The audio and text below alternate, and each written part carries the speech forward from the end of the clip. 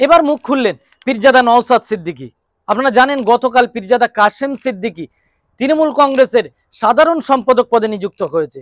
পাল্টা প্রতিক্রিয়া পীরজাদা নওশাদ সিদ্দিকী কি বলেছেন চলুন শোনাবো।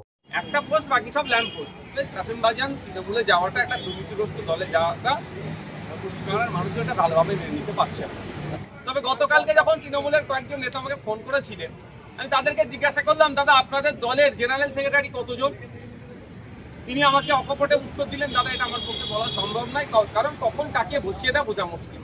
তারপর কালকে আমাকে এইরকম বেশ কয়েকজন ফোন করে তারা ক্ষোভের সাথেই বলছিলেন যে আমরা এতদিন দল করছি, এত স্যাক্রিফাইস করছি, হঠাৎ করে কেউ আসলো তাকে দলের এত বড় পদে বসিয়ে দিল, এটা কি গণতন্ত্র? দেখুন, ডেমোক্রেসিতে অংশগ্রহণ করা, ভোটিং সিস্টেমে অংশগ্রহণ করা, ইলেকট্রাল পলিটিক্সে অবশ্যই দরকার বলে আমরা অনেক আগে থেকেই রাজনীতির ময়দানে এসেছি।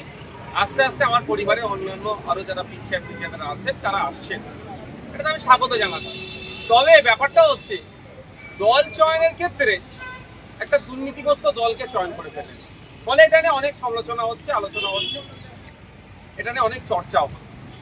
এতটুকু বলবো যে যে দলটাতে উনি নাম লিখালেন সেটা একটা দুর্নীতিগ্রস্ত দল, যেই দলের অপদার্থতার জন্য, যেই দলের ব্যর্থতার জন্য, নোংরামির জন্য, চুরির জন্য যে 26,000 চাকরি বাতিল হয়েছে, তার মধ্যে অনেক যোগ্য আছে, আজকে যোগ্যগুলো রাস্তায় বসে। যেই দলের জন্যই আনিসকে খুন হতে হলো, যেই দলের সর্বোচ্চ নেত্রী বলেন যে ওয়াকাফ নিয়ে আন্দোলন করতে গেলে দিল্লিতে গিয়ে আন্দোলন করতে হবে, সেরকম একটি দলের নাম লিখানোর জন্য উনি একটু সমালোচিত হচ্ছে। ক্ষোভ প্রকাশ করছেন খুব ক্যানিংয়ের বিধায়ক শওকত মোল্লা। তিনি বলছেন যে কাসিম সিদ্দিকী কখন কি বলেন, কদিনের বেশি ডিভিশনে করেছেন এবং এদের মনে হয় খুব বেশি রুজি রোজগার হচ্ছে না। আমাদের গুটি কয়েক তৃণমূলের কিছু বিধায়ক নেতারা আছে, সৌজন্যতার সম্পর্ক আমরা রাখি, আপনারা জানেন ভালো করে। সেই ক্ষেত্রে মাঝে মধ্যে ফোনে হাই হ্যালো হয়। আমি তাকে উল্টে জিজ্ঞাসা করেছিলাম একটা কথা, তারাই কথা বলে রাখি। শওকত মোল্লা সাহেবও ক্ষোভ প্রকাশ করছে যে শওকত মোল্লা সাহেব বড় পদ পাওয়ার জন্য ক্যানিংয়ে নিরীহ মানুষের উপর অত্যাচার শুধু নয়, ভাঙড়ের মানুষের উপর অত্যাচার, মিথ্যা কেস এবং আমাকে ক্রমাগত ভাষাগত আক্রমণ করে যাচ্ছে, সেও পদ পেল না। অনেক ভাবনা চিন্তা করে দেখলাম এই প্রশ্নটা যদি মমতা ব্যানার্জিকে করি, এই প্রশ্নটা যদি সুব্রত বক্সী মহাশয়কে করি যে স্যার আপনাদের দলের মোট জেনারেল সেক্রেটারির সংখ্যা কত, উনি আমার মনে হয় 5 মিনিট মাথা চুলকাবে, তারপরে হয়তো এক্সাক্ট সংখ্যাটাও বলতে পারবেন না। মানে যাকে মনে হয় সকাল সন্ধ্যে ধরে বসিয়ে দেয়।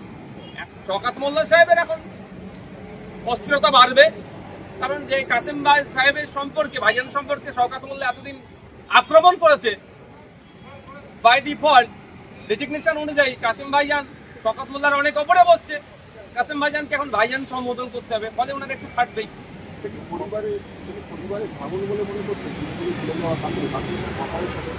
মোটেও ওটা ভাঙন না। পরিবারের মধ্যে আমাদের যে পারিবারিক সম্পর্ক সেটা যথেষ্ট ভালো আছে, কিন্তু রাজনৈতিক ভাবে যে যাকে ইচ্ছা পছন্দ করছে, যে দলকে ইচ্ছা পছন্দ করছে, সে সেখানে যেতেই পারে। তবে কথা বলছিলেন আজকে মুখ্যমন্ত্রী আসবেন, জিজ্ঞেস করবেন মমতা বন্দ্যোপাধ্যায়কে যে আপনাদের দলের পছন্দ জানাই। দেখুন, ওটা তো একটা রাজনৈতিক কোশ্চেন, আর এখানে মুখ্যমন্ত্রী হিসাবে আসছেন, তিনি দলের প্রধান হিসাবে আসলে তাকে এই কথাটা আমি নিশ্চিতভাবে সুযোগ পেলে জিজ্ঞাসা করতাম। তবে এখানে সুযোগ পেলেও আমি সে কথা জিজ্ঞাসা করবো না, কারণ এটা একজন মুখ্যমন্ত্রী হিসাবে আজকে বিধানসভায় আসছে। কোনো সময় যদি নবান্নে যাওয়ার সুযোগ হয়ে যায়, যদি হয়, তাহলে ওখানে গিয়ে যদি সময় পাই তাহলে জিজ্ঞাসা করবো।